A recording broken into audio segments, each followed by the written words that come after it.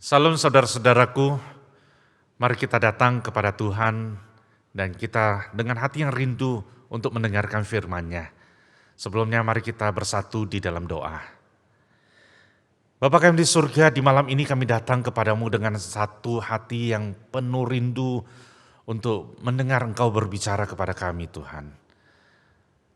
Kami telah menyembah Engkau, kami telah memuji Engkau, dan hati kami sudah siap untuk mendengarkan firman-Mu. Bersabdalah kepada kami Tuhan, supaya kami boleh menjalankannya di dalam kehidupan kami sehari-hari. Biarlah hamba-Mu dengan segala keterbatasan ini Tuhan pakai, sehingga firman-Mu boleh disampaikan seturut dengan kehendak-Mu Tuhan. Terima kasih Bapa, demi nama Tuhan Yesus kami bersyukur dan berdoa. Amin. Saudara-saudaraku, seorang murid Sokrates yang bernama Aristippus dari Sirene mencetuskan sebuah semboyan yang identik dengan hedonisme, yaitu kecil dimanja, muda foya-foya, tua kaya raya, mati masuk surga.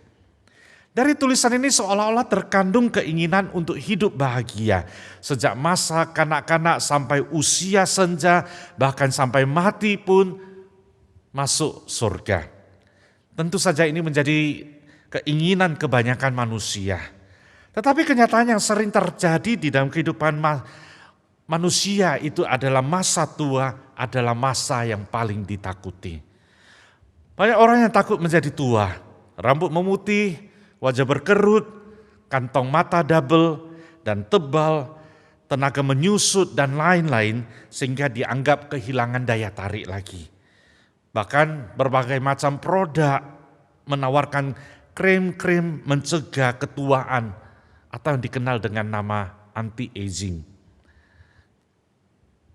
Tentunya orang ingin memakai semuanya itu untuk memperlambat atau menutupi kerut di wajah. Berbagai obat, jamu tradisional sampai operasi plastik, botox, facelift, dan lain-lain pun ditawarkan sebagai penawar efek ketuaan. Untuk uban, cat rambut menjadi solusi bagi sekalian orang. Tetapi mau dihambat sebagaimana apapun, usia memang terus bertambah. Kita lahir, bertumbuh, dewasa, tua, lalu kembali ke Sang Pencipta. Tetapi tetap saja banyak orang yang kehilangan semangat seiring usianya bertambah. Menjadi tua identik dengan kelemahan, menjadi tua identik dengan keterbatasan, menjadi tua identik dengan masa yang tidak produktif dan kehilangan banyak hal. Termasuk yang paling ditakutkan kebanyakan dari mereka, yaitu ditinggalkan oleh anak menantu dan cucunya karena tidak dibutuhkan lagi atau malah dianggap menyusahkan mereka. Nah saudara-saudaraku, perasaan sedih akan kita rasakan ketika melihat orang-orang lanjut usia tinggal sendirian tanpa ditemani siapapun. Raja Daud juga bergumul dan mengalami ketakutan akan hal ini. Di Mazmur 71 ayat 1 sampai 24 mencatat pergumulan Raja Daud. Mari kita buka Alkitab kita membaca Mazmur pasal 71 ayat 1 sampai 24. Mazmur 71 ayat 1 sampai 24. Demikianlah firman Tuhan. Padamu ya Tuhan aku berlindung, janganlah sekali-kali aku mendapat malu. Lepaskanlah aku dan luputkanlah aku oleh karena keadilan-Mu. Sendengkanlah telingamu kepadaku dan selamatkanlah aku. Jadilah bagiku gunung batu tempat berteduh, kubu pertahanan untuk menyelamatkan aku. Sebab Engkaulah bukit batuku dan pertahananku. Ya Allahku, luputkanlah aku dari tangan orang fasik, dari cengkeraman orang-orang lalim dan kejam. Sebab Engkaulah harapanku ya Tuhan, kepercayaanku sejak masa muda ya Allah. Kepadamulah aku bertopang mulai dari kandungan. Engkau telah mengeluarkan aku dari perut ibuku. Engkau yang selalu kupuji-puji, bagi banyak orang aku seperti tanda ajaib. Karena Engkaulah tempat perlindunganku yang kuat. Mulutku penuh dengan puji-pujian kepadamu, dengan penghormatan kepadamu sepanjang hari. Janganlah membuang aku pada masa tuaku, janganlah meninggalkan aku apabila kekuatanku habis. Sebab musuh-musuhku berkata-kata tentang aku. Orang-orang yang mengincar nyawaku berunding bersama-sama dan berkata, Allah telah meninggalkan dia, kejar dan tangkaplah dia, sebab tidak ada yang melepaskan dia. Ya Allah, janganlah jauh daripadaku. Allahku, segeralah menolong aku. Biarlah mendapat malu dan menjadi habis orang-orang yang memusuhi jiwaku. Biarlah berselubungkan celah dan noda orang-orang yang mengikhtiarkan celakaku. Tetapi aku senantiasa mau berharap dan menambah puji-pujian kepadamu. Mulutku akan menceritakan keadilanmu dan keselamatan yang daripadamu sepanjang hari.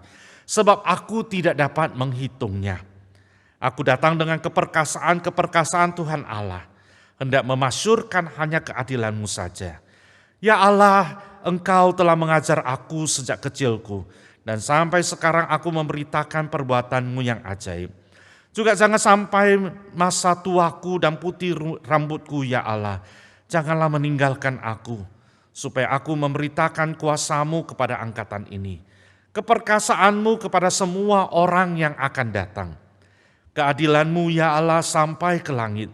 Engkau yang telah melakukan hal-hal yang besar, ya Allah. Siapakah seperti Engkau? Engkau yang telah membuat aku mengalami banyak kesusahan dan malapetaka. Engkau akan menghidupkan aku kembali. Dan dari samudera raya bumi Engkau akan menaikkan aku kembali. Engkau akan menambah kebesaranku dan akan berpaling menghibur aku.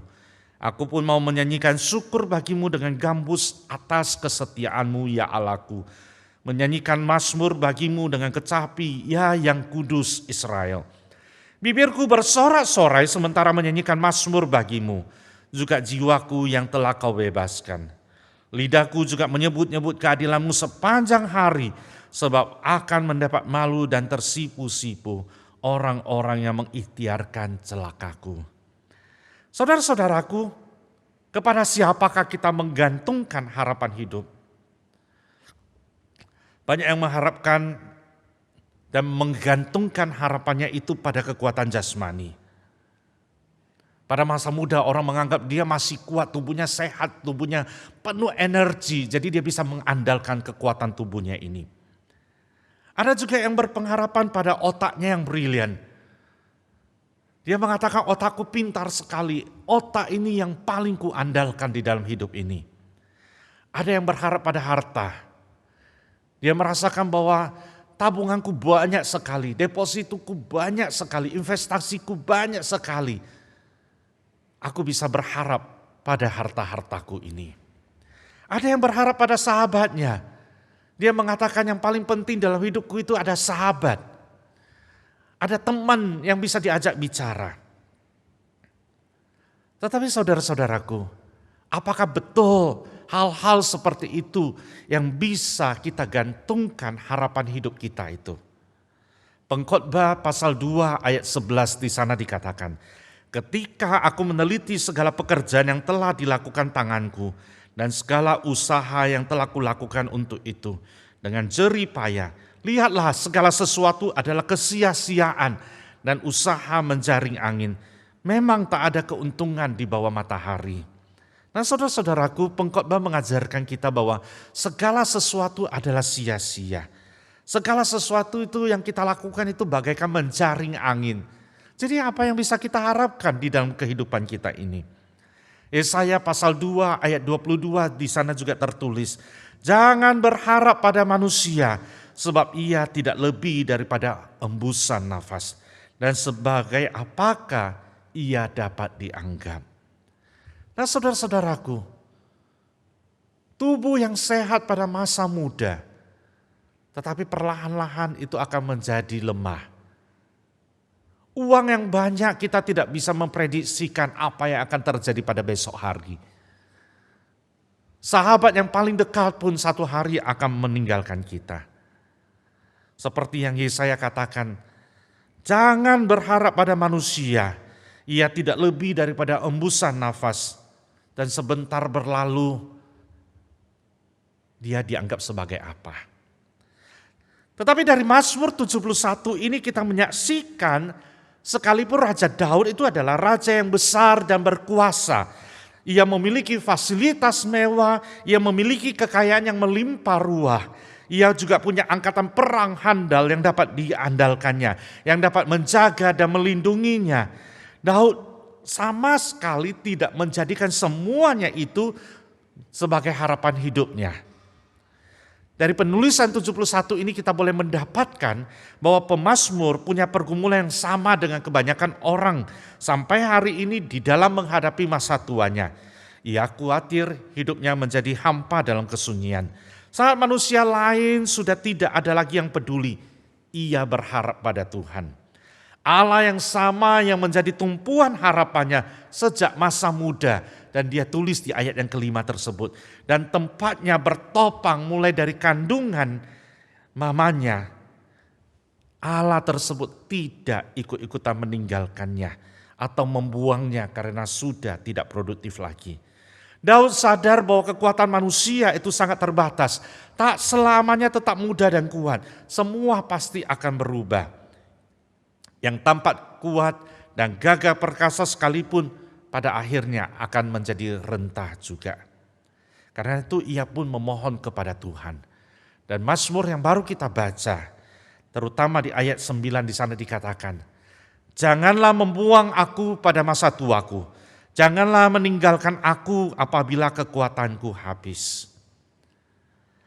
Mengapa kita harus berharap kepada Tuhan saja? Mengapa Daud menggantungkan harapannya hanya kepada Tuhan saja? Daud sadar bahwa Allah pribadi yang tidak pernah berubah dan tidak pernah mengecewakan. Itulah Allah tempat dia bisa menggantungkan harapan hidupnya. Di dalam Alkitab Tuhan telah berjanji kepada kita bahwa dia akan terus menjaga kita. Di Yesaya pasal 46 ayat 4, di sana dikatakan, "Sampai masa tuamu aku tetap dia, dan sampai masa putih rambutmu aku menggendong kamu. Aku telah melakukannya dan mau menanggung kamu terus. Aku mau memikul kamu dan menyelamatkan kamu." Karena itu jangan pernah kita menjauhkan diri dari Tuhan dan menaruh harapan apapun pada yang ada di dunia ini. Nah, saudara-saudaraku, mungkin kita mengatakan tubuh kuat itu menjadi satu modal. Betul, tubuh kuat. Tetapi seiring bertambahnya umur, tubuh yang kuat itu pun bisa menjadi tubuh yang rentah. Contohnya, salah satunya adalah mata. Pada waktu kita muda, huruf yang kecil bisa kita lihat dengan jelas. Saya juga mengalami hal seperti itu. Tetapi pada waktu memasuki umur 40 tahun, mata kita udah mulai rabun tua. Kalau orang Hokkien mengatakan itu lauhua. Ya karena rabun tua, kita tidak bisa memungkiri hal itu. Itu membuktikan bahwa seiring bertambahnya umur, tubuh kita itu makin lemah. Jadi apa yang bisa kita harapkan? Hanya kepada Tuhan. Daud yang begitu kaya, Daud yang begitu pintar, Daud yang begitu kuasa. Tetapi dia sadar semuanya itu tidak menjadi harapan bagi dia. Tetapi dia tahu semakin dia mendekatkan diri kepada Tuhan, semakin dia punya kekuatan. Di Yesaya pasal 49 ayat 16 di sana dikatakan Tuhan berfirman, "Lihat aku telah melukiskan engkau di telapak tanganku. Tembok-tembokmu tetap di ruang mataku." Ini menunjukkan bahwa dia tetap ada bersama kita dan memperhatikan keadaan kita tanpa henti. Nah, saudara-saudaraku, ini satu bagian Alkitab yang indah sekali. "Lihat aku telah menuliskan engkau di telapak tanganku. Tembok-tembokmu tetap ada di ruang mataku." Ini menunjukkan bahwa pandangan mata Tuhan itu senantiasa kepada diri kita saja. Pandangan mata Tuhan itu tidak pernah lepas daripada kita. Itu berarti Tuhan mengawasi kita, Tuhan menjaga kita, Tuhan melindungi kita. Dan bahkan di sana dikatakan, "Aku melukiskan engkau di telapak tanganku." Merupakan sesuatu yang sangat intim sekali. Nah, saudara-saudaraku, siapa yang bisa kita harapkan di dunia ini? Harta? Sejarah membuktikan krisis ekonomi tahun 98 terjadi di Indonesia dan bahkan juga saat pandemi di masa ini. Harta yang kita andalkan tidak bisa. harta bisa habis. Kepada siapa kita bisa berpengharapan? Tidak ada yang bisa kita harapkan. Sejalan dengan pertumbuhan manusia, dari lahir, dewasa, tua, satu hari kita akan ketemu muka dengan Allah Bapa sebagai Sang Pencipta kita. Jadi di usia tua apakah kita merasa bahwa kita tidak ada gunanya? Tidak. Kita tetap ada gunanya. Karena Allah menjaga, Allah mengawasi kita, Allah tetap menjadi kekuatan bagi kita. Nah kalau kita sudah membaca Mazmur 71 ini, kalau kita sudah sadar bahwa Allah adalah pengharapan kita, Allah yang mengawasi kita, Allah yang menjaga kita. Lalu bagaimana respon kita di dalam menghadapi masa tua ini? Apakah kita dengan kecewa mengatakan, aduh saya sudah tua tidak ada gunanya lagi. Saya sudah rentan, saya tidak bisa melakukan apa-apa lagi, aku tidak produktif lagi. Tidak, saudara-saudaraku. Saya ingin mengajak kita untuk melihat 3 respon. Yang pertama, kita harus sadar bahwa masa tua adalah karunia Tuhan. Dari ayat ke-5 sampai ke-8, pemazmur melihat keberadaan dirinya sebagai tanda ajaib. Mulai dari masa kanak-kanak sampai masa tua, hidup manusia itu merupakan tanda ajaib. Bagaimana kita katakan itu? Mulai dari kandungan ibu sampai kembali kepada debu tanah. Hidup manusia itu merupakan tanda ajaib dari Tuhan. Ya kan, makanya dia melihat bagaimana kehidupannya dipimpin oleh Tuhan. Daud bagaimana melihat Tuhan memilih dia, Tuhan mengangkat dia sebagai raja. Di tengah-tengah pergumulannya itu Tuhan membawa dia melewati banyak hal. Sampai masa tua dia melihat apa? Dia melihat hidupnya itu merupakan satu tanda ajaib dari Tuhan.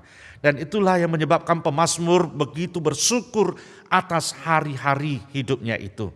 Pemazmur sungguh-sungguh menyadari bahwa usianya yang senja justru adalah bukti bahwa ia memiliki Allah yang perkasa, yang perlindungannya kokoh tak tertandingi. Nah saudara-saudaraku, kalau Daud bisa melihat hal itu, bagaimana dengan kehidupan kita? Mari kita juga bersyukur kepada Tuhan. Mari kita katakan kepada Tuhan juga, hidupku sampai usia senja pun itu merupakan tanda ajaib. Tanda ajaib yang membuktikan kebersamaan Tuhan di dalam kehidupan kita. It's a spiritual journey. Jalan iman kita sepanjang hidup ini. Dan dengan demikian, dengan karakter yang demikian, dengan respon yang demikian, kita dapat mengatakan bahwa masa tua adalah salah satu bukti dan karunia perlindungan yang Tuhan berikan pada umatnya. Masa tua adalah karunia Tuhan. Marilah kita senantiasa mengisi hari-hari senja ini dengan ucapan syukur kepada Tuhan. Tidak ada yang lebih indah selain senantiasa mengucap syukur daripada mengutuki diri yang semakin lemah, semakin keriput, semakin pikun, dan mungkin saja menyusahkan banyak orang. Jadi mari kita mengubah semua komplainan kita menjadi syukur kepada Tuhan. Karena kita bisa menyaksikan hal-hal baik yang Tuhan sudah berikan di sepanjang hidup kita. Yang kedua, kita harus sadar bahwa masa tua juga adalah kesempatan menjadi saksi. Mulai dari ayat 10 sampai 13 itu pemazmur melihat sekelilingnya dipenuhi musuh yang terus mencela dirinya. Mereka mencela Raja Daud karena melihat dirinya itu sudah tidak perkasa lagi. Bahkan sudah tidak mampu memegang pedang untuk berperang. Daud di masa muda, masih ingat saudara-saudara sekalian? Daud di masa muda adalah seorang pejuang sejati. Sejak masa muda ia sudah terbiasa menghadapi musuh. Sejak masa muda dia sudah berani maju ke depan melawan Goliat. Dan dia memimpin tentaranya mengalahkan banyak musuh Israel. Tetapi semuanya itu seakan-akan sudah tinggal kenangan. Kemegahan masa muda itu sudah nggak ada lagi di zaman sekarang. Sekarang zamannya itu adalah zamannya di mana dia sudah tertutup oleh kulit yang mengeriput, mata yang mulai rabun, telinga yang mulai tak baik mendengar, pikiran yang mulai pikun, bahkan tenaga pun nggak ada untuk mengangkat pedang pun sudah tidak mampu lagi. Tetapi dari penulisan tersebut kita bisa membaca satu hal. Pemazmur tidak mau menjadi orang yang kalah. Ia tetap sebagai pemenang karena Allah adalah sumber kemenangan baginya. Dan dia tuangkan itu di ayat 14 sampai 16. Dia katakan dengan segala keterbukaannya kepada Tuhan sambil menantikan pertolongan Tuhan di dalam kesusahannya. Raja Daud tak pernah berhenti menaikkan pujian kepada Tuhan. Bahkan dalam intensitas yang terus bertambah. Di ayat ke-14 di sana dikatakan, aku senantiasa mau berharap dan menambah pujian-pujian itu kepadamu. Nah, dia bukan cuma puji sekali, dia bukan puji satu hari, tetapi dia terus menambah puji-pujian kepada Tuhan.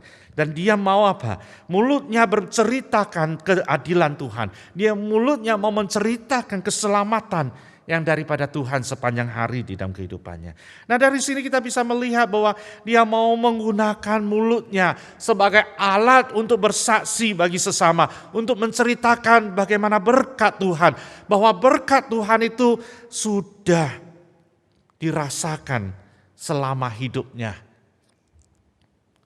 Betapa luar biasa Bapak Ibu sekalian. Sadarkah kita bahwa ketika Tuhan masih memberikan usia yang panjang, itu berarti Tuhan memberikan kesempatan bagi kita untuk terus menjadi saksi bagi sesama, terutama yang lebih muda, bahwa Allah itu baik. Marilah kita ambil kesempatan ini untuk semakin sadar bahwa kita yang tua ini adalah saksi yang efektif terhadap kebaikan Tuhan. Hidup kita yang sampai hari ini di usia senja ini merupakan satu kehidupan yang menceritakan kepada orang lain tentang kebesaran Tuhan, tentang kebaikan Tuhan, merupakan satu kesaksian yang indah dan efektif di dalam menceritakan kebesaran Tuhan di dalam hidup kita. Jangan biarkan usia tua itu menghambat kita untuk menceritakan kebaikan Tuhan. Saudara-saudaraku, ingat, kita harus sadar bahwa usia tua adalah kesempatan untuk menjadi saksi bagi Tuhan. Yang ketiga, kita harus sadar bahwa masa tua adalah kesempatan berkarya bagi Allah. Mungkin ada yang mengatakan, saya sudah rentan, saya sudah tidak punya tenaga, saya sudah lemah. Saya tidak bisa berbuat apa-apa lagi. Tetapi di sini Daud mengajarkan kepada kita bahwa masa tua itu juga mempunyai kesempatan untuk berkarya bagi Allah. Di ayat 17 sampai 21, pemazmur melihat begitu banyaknya karya Tuhan atas dirinya. Sejak masa kecil sampai masa tua dan putih rambutku, Allah tidak pernah berhenti berkarya dalam diri Raja Daud. Dia menuliskannya, mengungkapkan perasaannya itu. Melihat bagaimana karya Tuhan yang tidak pernah berkesudahan di dalam kehidupannya. Tuhan tidak pernah meninggalkan Raja Daud. Tetapi tetap dengan setia berkarya membentuk Raja Daud. Sehingga bisa menjadi teladan bagi angkatan berikutnya. Maupun kepada semua orang yang akan datang. Raja Daud percaya Allah yang menyertainya adalah Allah yang tidak pernah berhenti berkarya. Maka penyertaan Allah yang tidak pernah berakhir itu juga seharusnya meyakinkan kita untuk terus berkarya bagi generasi berikutnya. Saudara-saudaraku, saya ulangi sekali lagi. Pemazmur percaya Allah yang menyertainya adalah Allah yang tidak pernah berhenti berkarya. Maka penyertaan Allah yang tiada pernah berakhir itu juga seharusnya meyakinkan kita untuk terus berkarya bagi generasi berikutnya. Nah, saudara-saudaraku, mungkin kita sudah tidak bisa melakukan pekerjaan-pekerjaan dilakukan oleh mereka yang masih muda. Tetapi pengalaman-pengalaman kita apabila kita sharingkan dengan mereka, maka kita adalah seorang guru yang baik. Kita menjadi seorang pengajar yang baik melalui kehidupan kita. Melalui peristiwa demi peristiwa yang sudah kita alami bersama dengan Tuhan. Ada satu pepatah Tiongkok yang berkata, jika kita ingin mendapat hasil untuk 3 bulan ke depan, maka tanamlah jagung. Jika kita ingin mendapat hasil untuk 20 tahun ke depan, tanamlah pohon jati. Tetapi jika kita ingin mendapat hasil untuk waktu yang kekal, maka tanamlah manusia. Marilah kita meninggalkan warisan yang abadi itu kepada anak cucu kita. Bukan warisan harta benda yang habis dimakan waktu, tetapi warisan yang bersifat kekal di kerajaan sorga nantinya. Itulah yang kita wariskan kepada mereka. Iman, kepercayaan kita, karya Tuhan di dalam kehidupan kita. Kita sharingkan kepada mereka, kita wariskan kepada mereka. Biarlah kita juga menjadi teladan di dalam ketaatan dan ketekunan bagi semua orang yang ada di sekeliling kita. Nah, saudara-saudaraku, marilah kita menjadikan Mazmur 71 ini yang diangkat dari pergumulan pribadi Raja Daud ketika ia sedang bergumul dengan hari-hari hidupnya yang senja. Raja Daud adalah manusia biasa, sama seperti kita.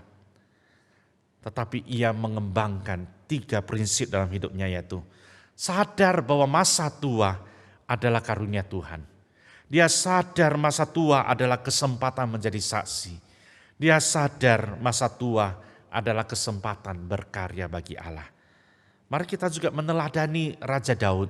Kita pegang 3 prinsip ini dan kita jalankan hidup ini. Usia senja tidak menghalangi kita untuk terus berkarya bagi Tuhan. Usia senja bukan untuk duduk diam dan tidak melakukan apa-apa. Tetapi usia senja merupakan kesempatan bagi kita untuk menjadi saksi dan berkarya bagi Allah. Jadi biarlah Tuhan terus menolong kita. Semua di masa senja ini boleh terus dekat dengan Tuhan. Menceritakan kemuliaan Tuhan. Menyaksikan karya Tuhan di tengah-tengah kehidupan kita. Kepada anak, cucu, dan orang-orang yang ada di sekeliling kita. Sehingga hidup kita itu bernilai sampai usia senja. Sampai Tuhan membawa kita pulang ke rumah Bapa di surga. Amin. Saya ingin mengajak saudara-saudara sekalian untuk meresponin Mazmur 71 ini dengan menyanyikan satu lagu. Hidup ini adalah kesempatan. Hidup ini untuk melayani Tuhan. Jangan sia-siakan waktu yang Tuhan beri. Hidup ini hanya sementara. Hidup ini adalah kesempatan. Hidup ini untuk melayani Tuhan. Jangan sia-siakan waktu yang Tuhan beri. Hidup ini hanya sementara.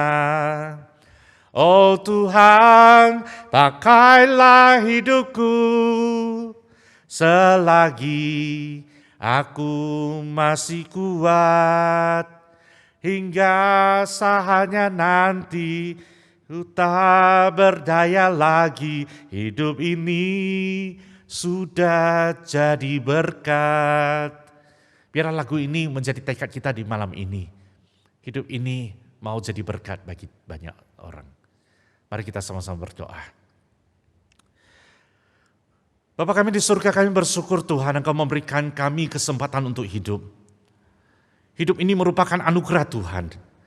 Kami boleh menyaksikan dari sejak kami lahir, bahkan waktu kami masih di dalam kandungan mama. Tuhan sudah merancangkan hal-hal yang indah di dalam hidup ini. Kami boleh bertumbuh dari bayi menjadi dewasa. Kami boleh terus bertumbuh seiring dengan bertumbuhnya umur, usia. Tubuh kami ini menjadi makin rentan, menjadi tua, menjadi lemah. Tetapi kami percaya hati kami tidak lemah. Tubuh boleh lemah, tetapi semangat kami tidak lemah. Kami mau terus berkarya untuk Tuhan. Kami mau seperti Raja Daud yang sadar bahwa hidup ini adalah anugerah Tuhan. Hidup ini menyaksikan karya Tuhan. Dan hidup ini untuk membuktikan kepada orang lain bahwa Tuhan sudah berkarya di dalam hidup ini. Tuhan, kami mau hidup kami ini tidak sia-sia. Kami mau bangkit untuk melayani Tuhan. Tidak ada kata tua di dalam hidup ini. Karena sampai usia lanjut pun kami boleh terus berkarya untuk Engkau Tuhan. Terima kasih Bapa, kami persembahkan semuanya ke dalam tangan Tuhan. Demi nama Tuhan Yesus kami bersyukur dan berdoa. Amin.